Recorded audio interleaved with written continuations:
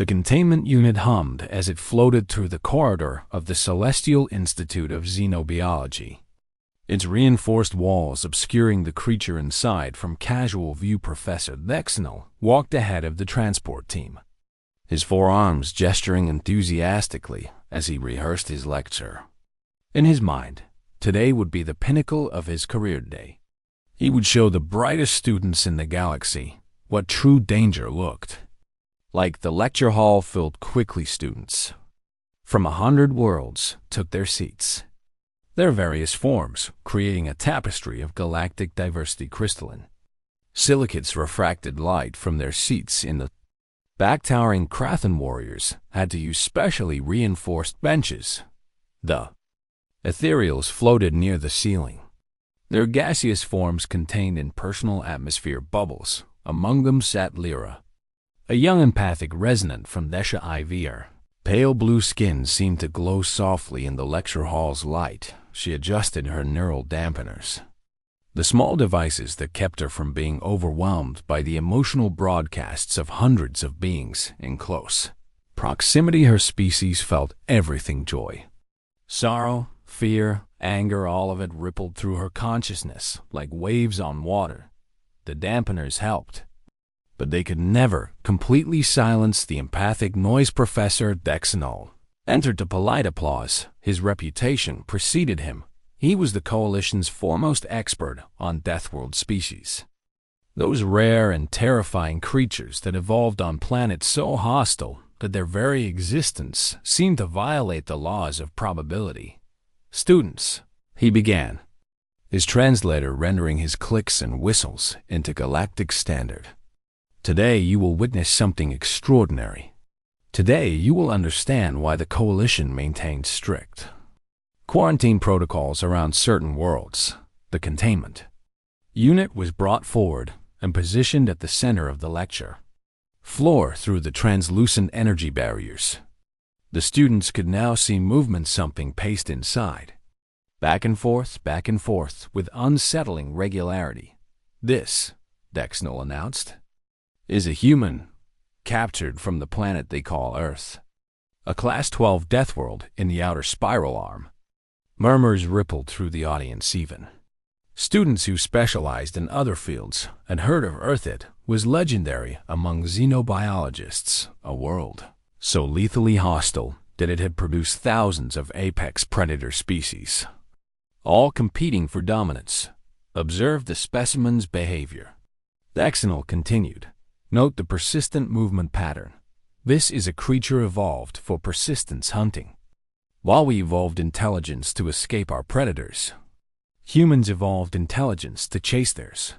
They would follow prey animals for days, sometimes weeks, never stopping, never resting, until their target collapsed from exhaustion. A silicate student raised a crystalline appendage. Professor, surely that's exaggeration. No species can run for weeks without rest. Dexnell's face split in what his species considered a smile. Can't they? Human skeletal structure is optimized for endurance running. Their cooling system, they call it sweating, allows them to regulate body temperature while in motion, something most species cannot do. They have a reflex called a runner's high that literally drugs their own brain with pleasure chemicals to keep them moving through pain. He gestured at the cage. This specimen has been in containment for 3 cycles. It has not slept more than 4 hours total. Even now, in captivity, its instinct is to move, to search, to persist. Lyra felt something twist in her chest. She glanced at her dampeners, wondering if they were malfunctioning. The emotion bleeding through wasn't what the professor described. Wasn't predatory drive or hunting instinct. It was loneliness, desperate, aching loneliness. Let us discuss their dietary adaptability. Dexnell continued. Humans are omnivores, capable of consuming almost any organic matter. They possess digestive systems that can handle toxins that would kill most of us. On their world, they regularly consume poison for pleasure. Substances like capsaicin and alcohol. More murmurs from the Students several looked uncomfortable, but perhaps most disturbing is their capacity for what they call pack bonding, the professor said. Humans will form emotional attachments to virtually any other creature. They have been observed attempting to befriend and domesticate species that actively hunt them. This psychological compulsion makes them simultaneously dangerous and unpredictable. A human might try to kill you, or might try to adopt you as a pet. You cannot know which until it's too late. The creature in the cage stopped. Pacing Lyra felt the shift in emotional resonance, like a physical blow through the energy barriers. She could see the human clearly now was female by human standards. With dark hair pulled back from its face, it wore torn clothing that had once been some kind of uniform. But it was the eyes that caught Lyra's attention. The human's eyes swept across the lecture hall, taking in the assembled students with obvious intelligence. This was no mindless beast. This was a thinking, feeling being, and it was terrified, and alone the human's gaze locked onto Lyra's. For a moment, everything else faded. The emotional connection was so strong that Lyra's dampeners sparked and failed. She felt everything the human felt the fear. Yes, but also the determination, the scientific curiosity, even in captivity, the bone-deep exhaustion, and underneath it all, that howling loneliness, the need for connection that the professor had called pack bonding. The human's lips moved at first. No sound came out. Then she pressed herself against the energy barrier, her hands gripping the frame of the containment unit when she spoke. Her voice was rough from disuse, but the words were clear, pronounced in perfect galactic standard with only the slightest accent. "Please," the human said, staring directly at Lyra. "Please, let me out." The lecture hall erupted. Students leaped from their seats. Several screamed.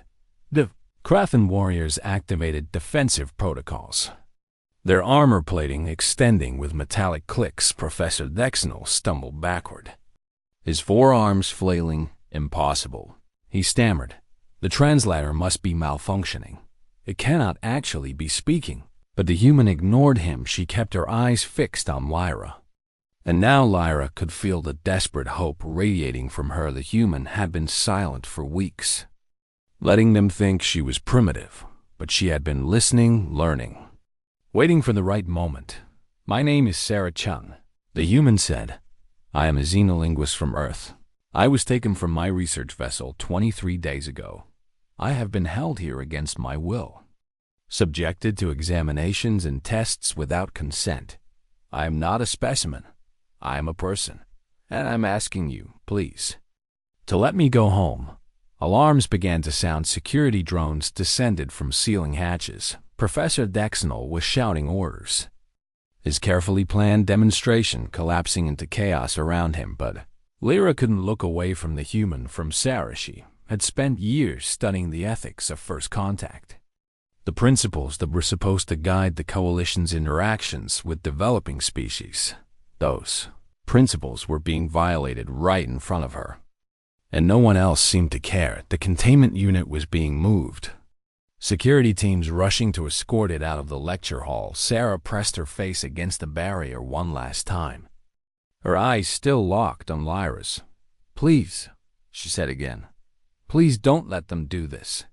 Then she was gone, the containment unit disappearing down the corridor as emergency protocols sealed the lecture hall. Lyra sat frozen in her seat while chaos swirled around her. Dampeners were completely fried, leaving her drowning in the emotional cacophony of hundreds of panicking students. But cutting through all of it, she could still feel the echo of Sarah's desperate plight. Human hadn't begged to escape. She had begged to be recognized, to be seen as what she truly was. Not a beast, not a specimen, a person. And Lyra realized with absolute certainty that she couldn't let this stand, whatever it cost her, whatever risks it involved. She had to help, because if the coalition could do this to Sarah, could capture and cage a sentient being and call it science, then everything Lyra had been taught about galactic civilization was a lie. She stood up, her legs shaking, and walked toward the exit behind her. Professor Vexenol was already spinning the incident to the other faculty members, insisting that the translator had malfunctioned, that the human had merely mimicked sounds without understanding, that Lyra had felt the truth. She knew what Sarah was, and she was going to make sure everyone else knew it too. The maximum security wing of the Celestial Institute was built to contain the galaxy's most dangerous biological specimen. Sarah's containment unit had been relocated. There, within an hour of her revelation now, she sat in a cell designed for creatures that could tear through steel, surrounded by energy barriers that could withstand a plasma blast. She laughed bitterly at the irony of all this security for one exhausted xenolinguist who just wanted to go home. The cell was larger than her previous cage. At least she could stretch her legs. And there was a sleeping platform. Though the dimensions were wrong for human anatomy, everything here was designed for beings much larger or much smaller than her. She was an afterthought, an anomaly that didn't fit into any of their careful categories. Sarah ran her fingers along the energy barrier, feeling the tingle of the field against her skin. 3 weeks ago, she had been on the research vessel Curiosity, part of humanity's first faster-than-light expedition. They had been so excited, so hopeful. First contact was supposed to be humanity's greatest achievement. Instead, it had become her nightmare. The memory played in her mind like a loop. She couldn't stop. The Curiosity had detected an abandoned structure on an ice moon orbiting a gas giant. The team had voted to investigate. Sarah could still remember the thrill of seeing alien writing for the first time. Actual proof that humanity wasn't alone in the universe. She had been documenting the script, her hands shaking with excitement. When the ship appeared, Professor Vexenol's research vessel had dropped out of FTL. Like a predator pouncing on prey, the Curiosity's crew tried to flee. But their experimental drive was no match for technology thousands of years more advanced. They were captured, scanned, and cataloged. Sarah's crewmates, the pilot, the engineer, the medical officer, had been released after initial examination. Vexel deemed them too primitive to be worth detailed study. But Sarah had been different. She had been caught in the act of analysis, of attempting to decode the alien writing.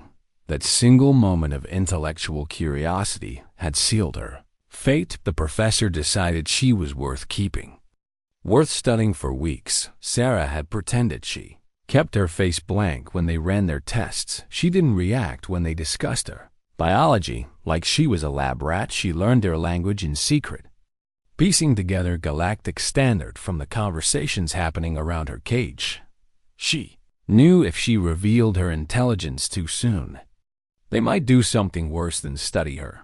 They might see her as a threat. But today, when she had looked into that young alien's eyes, Lyra, she had heard others call her, something had broken. Sarah had felt the connection, felt that someone in that lecture hall actually saw her as a person that had been worth the risk.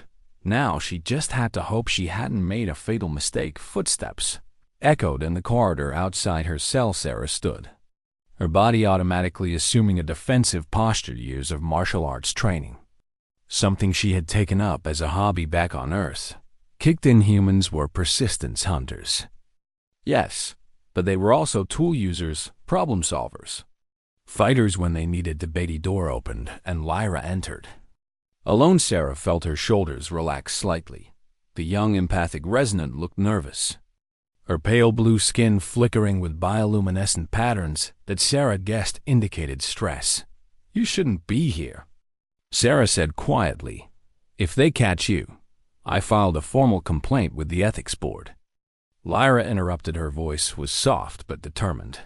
"I cited 17 violations of the Coalition's first contact protocols. My advisor told me I was committing academic suicide.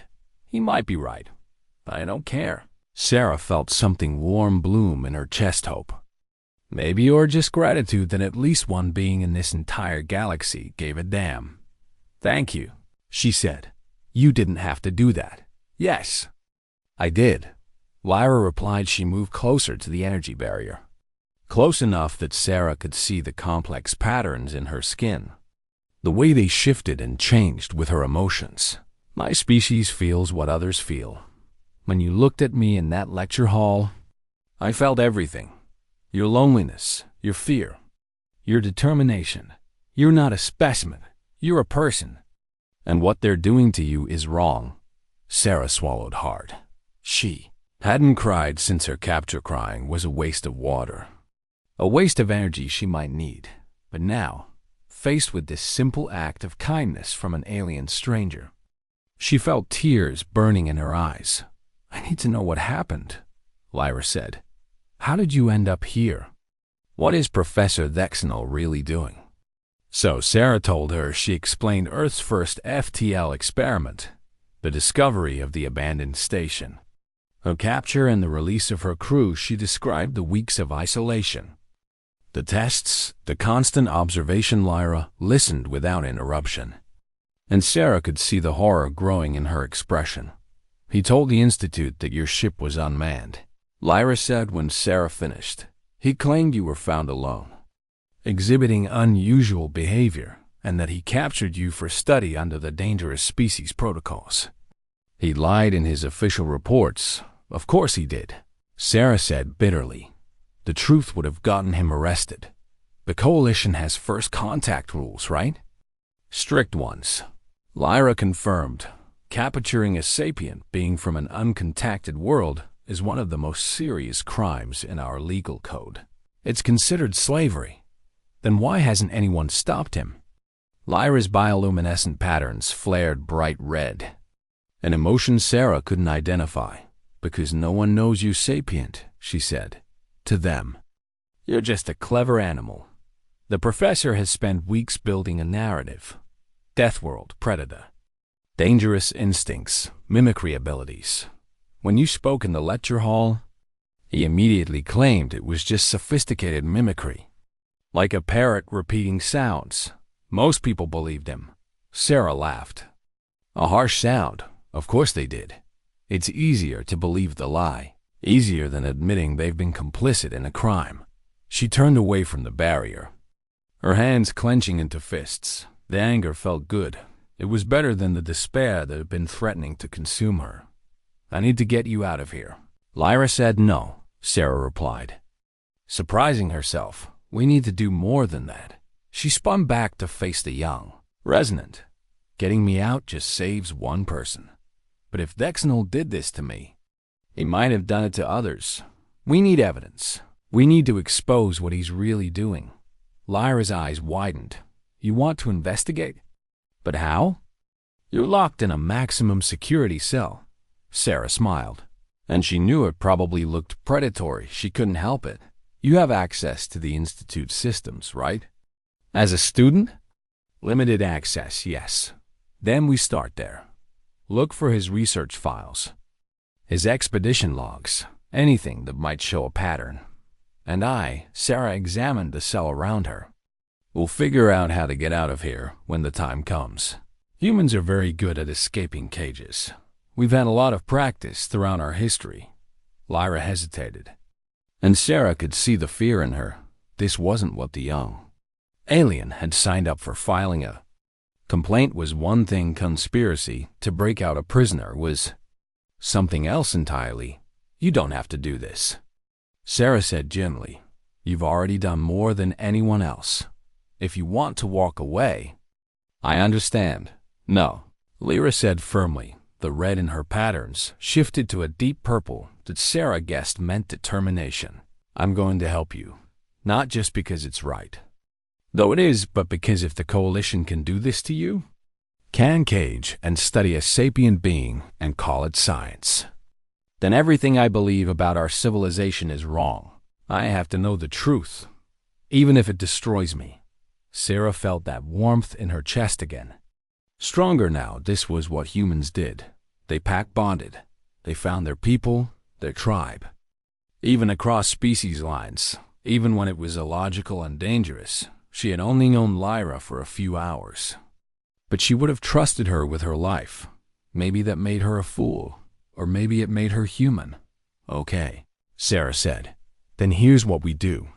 You search the databases. Look for anything related to Earth.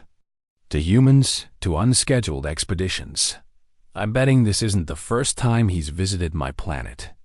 The language, the biological knowledge he has, you don't get that from a single capture. He's been studying us for a while. And if he has, Lyra said, understanding dawning in her eyes, then there might be other victims. Other people he's taken and released.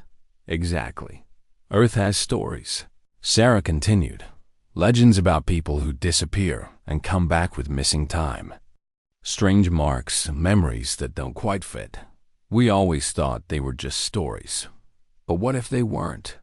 What if Vexenol has been abducting humans for years, studying us, and then wiping our memories and sending us home? Lyra looked sick. Her skin had gone pale. The bioluminescent patterns dimming almost to nothing. That would be monstrous. Sarah finished. Yes, it would be monstrous. And it would mean he's not just guilty of capturing me. He's guilty of systematic exploitation of an uncontacted species. That's not just a crime. That's grounds for species rights violations at the highest level. The Coalition Council would have to intervene. They would be forced to make contact with Earth. To inform your people of what happened. Sarah nodded, which is exactly what I want. Not first contact through official channels. With years of preparation and cultural exchange. First contact on my terms. With evidence of crimes that demand justice. If we can prove what Vexenol has done, we force the galaxy to recognize Earth. We make them see us as people, not specimens. Lyra was quiet for a long moment, processing everything. The Institute's data archives existed in a vast digital network that spanned multiple dimensions of storage space. Lyra sat in her dormitory room, her personal terminal glowing softly in the darkness. As she navigated through layers of academic databases, her hands trembled slightly as she entered her access credentials. What she was about to do could get her expelled, or worse, the main research database opened before her.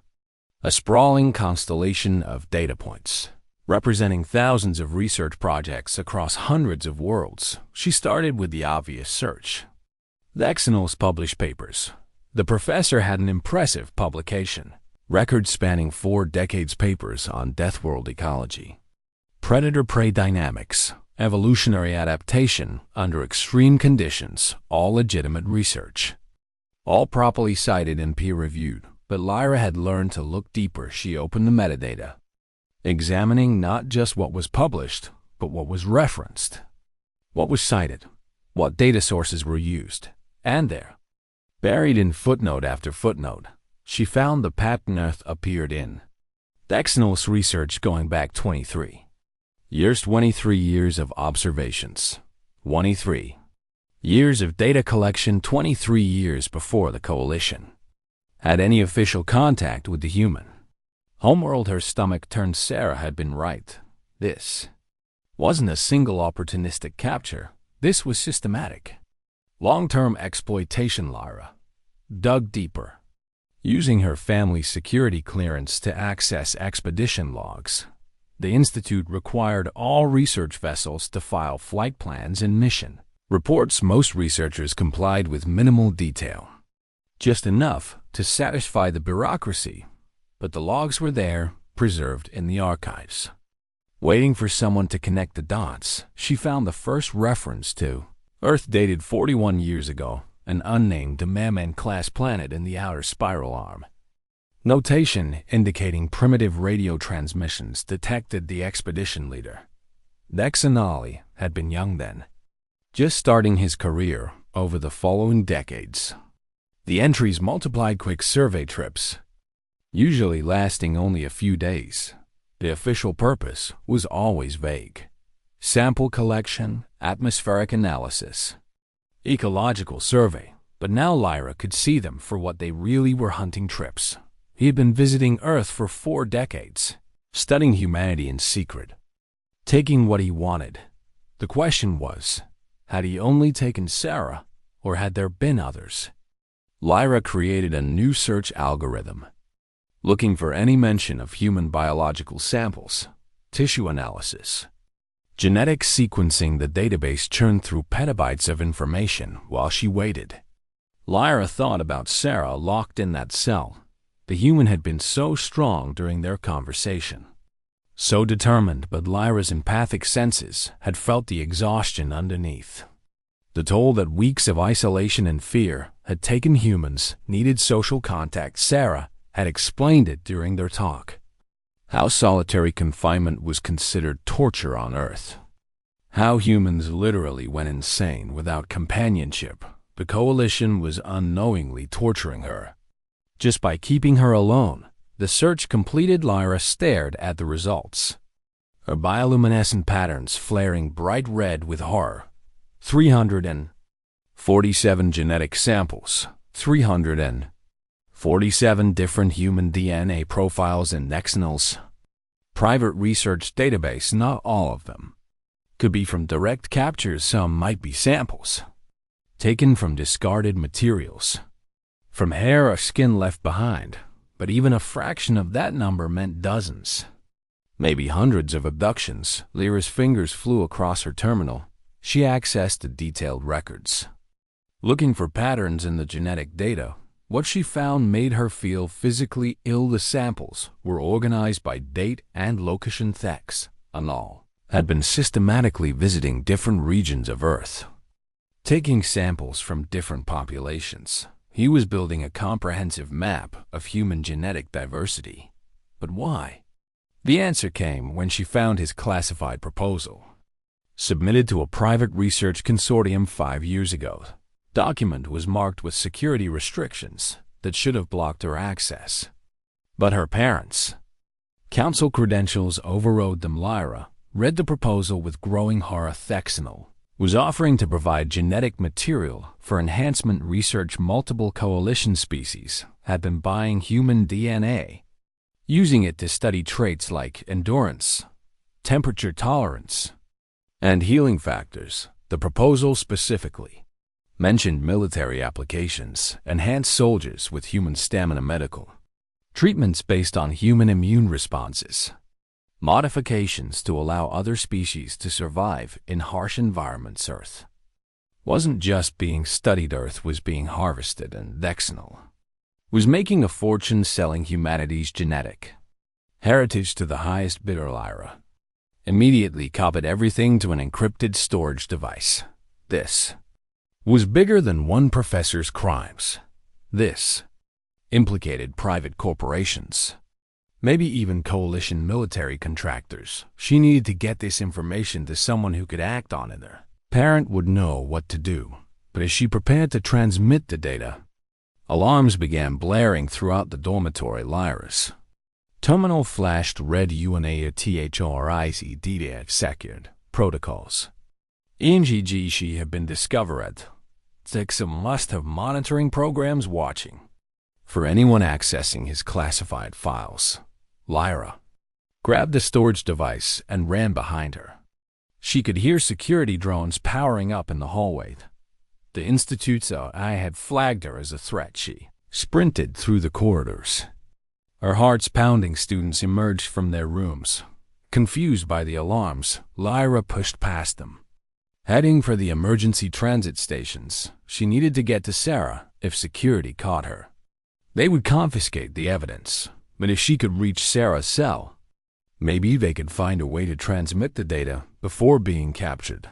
The transit station was crowded with students evacuating according to safety protocols. Lyra merged with the crowd, trying to blend in. Security drones swept overhead, their sensors searching for her biosignatures. Ducked into a maintenance corridor, one of the narrow passages used by service personnel. Her small frame gave her an advantage here.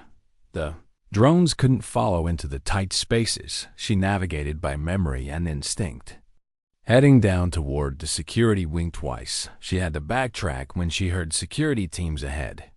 The Institute was going into full lockdown. Whatever monitoring systems Dexanol had in place They had triggered a massive response. He must have convinced someone she was dangerous, or maybe he had just revealed that she was trying to expose his crimes. Either way, Lyra was now a fugitive in the place that had been her home for 2 years. She finally reached the security wing through a waste processing shaft. The smell was terrible. But she emerged into a corridor near Sarah's cell. Alarms were blaring here. 2 guards rushed past. Responding to alerts elsewhere in the facility, Lyra waited until they passed, then approached Sarah's cell. The human was already standing at the barrier, clearly aware something was happening. "Lyra," Sarah said with visible relief. "What's going on?" "I found it," Lyra gasped. "All of it. Decades of abductions. Hundreds of genetic samples. He's been selling human DNA for military research." "This is so much worse than we thought." Sarah's expression hardened. "How bad?" Lyra held up the storage device.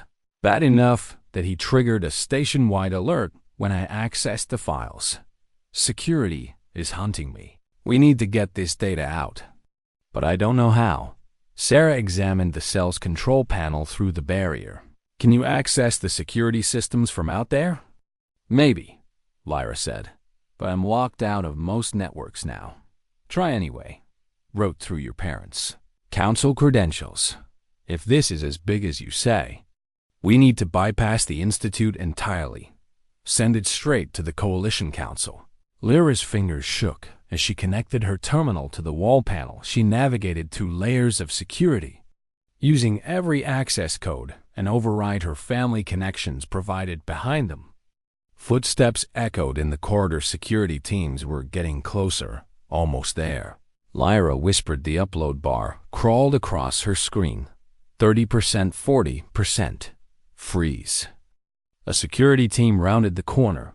Weapons raised. Lyra kept her hands on the terminal, watching the upload continue. 50%, 60%. "Step away from the prisoner," the team leader commanded. "You are under arrest for unauthorized access and conspiracy." Just a few more seconds. Lyra muttered. 70%. Sarah pressed against the barrier, watching the guards approach. "Lyra, whatever happens." "Thank you." 80%. The guards were almost upon them. 90%. I said freeze. 100%. UPLOACOMP. Lyra stepped back from the terminal, raising her hands. "It's done," she said quietly. "The council has everything." The security team leader looked confused. "What did you do?" "I exposed a criminal conspiracy," Lyra said, her voice stronger now. "Professor Dexenol has been conducting illegal experiments on uncontacted species for 4 decades. He has abducted sentient beings, harvested their genetic material, and sold it for profit. The evidence is now with the Coalition Council. You can arrest me, but you can't stop what's coming." The team leader's expression shifted from anger to uncertainty. Those are serious allegations. They're true," Sarah called out from her cell. "And I'm living proof. My name is Dr. Sarah Chun. I'm a xenolinguist from Earth. I was captured 23 days ago while on a peaceful research mission. I've been held prisoner and studied like an animal." Everything Lyra said is true. The guards looked at each other. Sarah could see the doubt creeping in. They had been told she was a dangerous specimen, a clever animal. Sarah examined the cell's energy barrier with the methodical focus of a scientist studying a problem. The containment field was powerful, designed to hold creatures that could tear through reinforced steel, but every system had weaknesses. Every cage had a key. "The barrier generators are in the ceiling," she said, pointing upward. "They create a spherical field, but the power distribution isn't even. See how the energy flickers slightly near the corners? That's where the field is weakest." Lyra looked up, her enhanced vision picking out the subtle variations. Sarah described. "I see it. But even at its weakest point, that field would burn through my hand if I tried to reach through." "It would," Sarah agreed. "But I'm not planning to reach through it. I'm planning to overload it." She moved to the sleeping platform and began dismantling it. The material was some kind of synthetic polymer. Lightweight but durable. Sarah twisted and bent the components until she had a long rod with a sharp point. Humans are tool users, she explained as she worked. We've been making weapons since before we developed language. Give a human enough time and materials, and we'll find a way to fight back. She positioned herself beneath one of the barrier generators and began scraping the rod against the cell's metal floor. The friction created sparks. What are you doing? Lyra asked. Creating a conductor, Sarah said. The barrier is energy, which means it has to ground somewhere. If I can create a path of least resistance, she jammed the sharpened rod upward, piercing the barrier at its weakest point. The energy field shrieked and flared bright. Blue alarms blared, the generator sparked and smoked. Then, with a sound like breaking glass, the entire barrier collapsed. Sarah stumbled forward.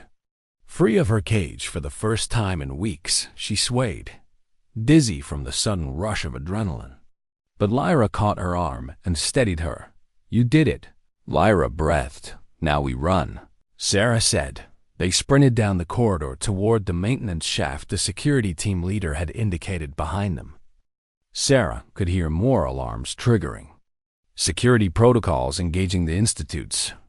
AI had detected her escape and was mobilizing every available resource to recapture her. The maintenance shaft was exactly where the guard had said. Lyra pulled open the access panel, and they climbed inside. The passage was narrow and dark, lit only by dim emergency lights. Sarah had to crouch to fit, her human height making the journey awkward, but they moved quickly.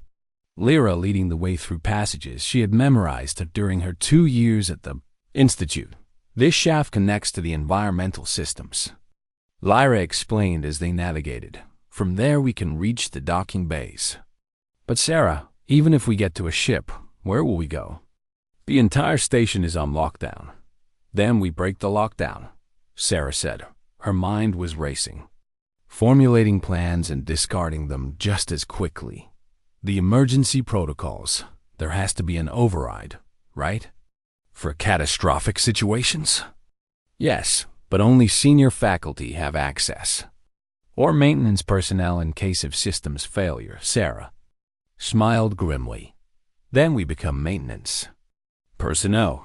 They emerged from the shaft into an environmental control room. Banks of monitors displayed temperature, pressure, and atmospheric composition for every section of the station. 2 Krathan technicians looked up in surprise as Sarah and Lyra stumbled in. For a moment, everyone froze.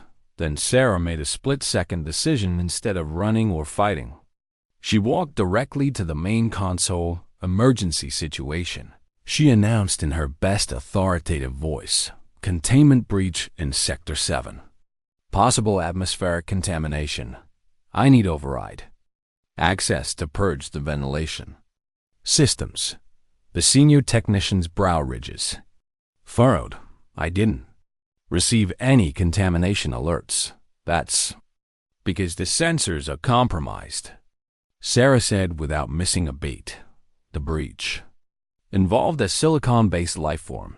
It's interfering with electronic systems. We need manual overrides now, or we risk station-wide infection. It was complete nonsense. But Sarah delivered it with such confidence that the technician hesitated. That hesitation was all they needed. Lyra stepped forward, her bioluminescent patterns shifting to colors that Sarah had learned indicated authority and urgency. I'm Lyra of House Thishan, council member's progeny, she said. This human is a coalition witness under my protection. We need your cooperation immediately. The technicians looked at each other. Sarah could see them calculating, weighing their options. Finally, the senior technician made a decision. Computer. Grant temporary override access to Terminal 7.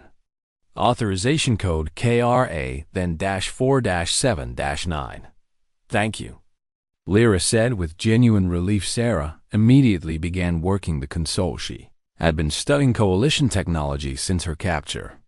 Memorizing interfaces and protocols, the systems were complex but intuitive within minutes. She had located the lockdown controls. "I can release the external docking clamps," she said. "But the moment I do, security will know exactly where we are." "Do it," Lyra urged. "We don't have a choice." Sarah entered the override command throughout the station. Massive clamps that held ships in their berths began to disengage on every security monitor. Alerts flashed. Unauthorized override detected. The hunt intensified. Security teams converged on their location from 3 different directions. Sarah and Lyra ran again, this time toward the nearest docking bay. The station's layout worked. Against them, every corridor seemed to have security drones or armed teams, but Sarah's training kicked in. She used her knowledge of human movement and spatial reasoning to find paths the security teams didn't anticipate through a service tunnel here. Across a cargo loading platform there, always moving, always adapting. "How do you know where to go?" Lyra gasped as they squeezed through a gap between 2 storage containers. "I don't," Sarah admitted. "I'm just thinking like a prey animal trying to escape a predator. Humans have been both throughout our evolution. We know all the tricks." They emerged into docking bay 12. 3 small shuttlecraft sat in their berths. Sleek vessels designed for short-range transportation. "Can you fly one of those?" Sarah asked. "Basic certification," Lyra said. "Enough to get us away from the station." They ran toward the nearest shuttle behind them. Security teams burst into the docking bay. "Stop!" someone shouted. Final warning. Sarah and Lyra didn't stop. They were 10 meters from the shuttle when the first energy bolt struck the deck near Sarah's feet. She dove forward. Rolling and coming up in a sprint, Lyra was already at the shuttle's access panel. Her fingers flying across the controls. 5 meters, another energy bolt. This one closer. Sarah could feel the heat as it passed her shoulder. 2 meters. The shuttle's door began to open. 1 meter. Sarah grabbed Lyra and pulled her through the opening door. Energy bolts struck the hull, leaving scorch marks. The door sealed behind them. Lyra ran for the cockpit while Sarah searched for anything to secure the door. The shuttle lurched as Lyra initiated the launch sequence through the viewport. Sarah could see security teams trying to override the departure, but the override Sarah had initiated was still active. The docking clamps released. The shuttle lifted off the deck, spinning toward the bay doors. "They're closing the bay doors," Lyra shouted. Sarah strapped into the co-pilot seat and grabbed the controls. Her fingers found the throttle and pushed it to maximum. The shuttle accelerated, racing toward the narrowing gap as the massive doors. Ground closed. It was going to be close. Too close. "We're not going to make it," Lyra said. "Yes, we are," Sarah insisted at the last possible second. She rolled the shuttle 90 degrees. The narrow profile slipped through the gap with centimeters to spare. They were free behind them. The Celestial Institute's security forces scrambled to launch pursuit craft, but Sarah had bought them precious seconds. "Where do we go?" Lyra asked, her hand shaking on the controls. Sarah was about to answer when a new voice filled the cockpit. "Attention, unidentified shuttle," the voice said. "This is Professor Vexenal. You are in violation of Coalition law. Return to the station immediately or you will be fired." Upon Sarah leaned forward and activated the communication system. "This is Dr. Sarah Chun of Earth," she said clearly. "I am a sapient being who was captured and held against my will. I am now exercising my right to freedom of movement. Any attempt to stop me will be considered an act of aggression against a sentient species." There was silence. Then Vexenal's voice returned, dripping with contempt. "You are a specimen, not a person. You have no rights under Coalition law. Return now or be destroyed." Sarah felt rage burning in her chest. Weeks of captivity, of being treated like an animal. of having her personhood denied, it all crystallized into cold determination. Broadcast this on all frequencies. She told Lyra, "I want everyone to hear." Lyra nodded and opened a wide spectrum channel. "My name is Sarah Chung." Sarah began, "I am a xenolinguist. From the planet Earth. I was part of my species' first faster-than-light expedition. We discovered evidence of the Galactic Coalition and were captured by Professor Dexnall. For weeks, I have been held in a cage, studied, experimented on, treated as an animal. But I am not an animal. I am a person. I have thoughts, feelings, hopes, and dreams. I have a family who is mourning my disappearance. I have colleagues who trusted me to represent humanity among the stars. And Professor Dexnall has violated every principle the Coalition claims to stand for." The words poured out of her. Weeks of suppressed emotion finding voice.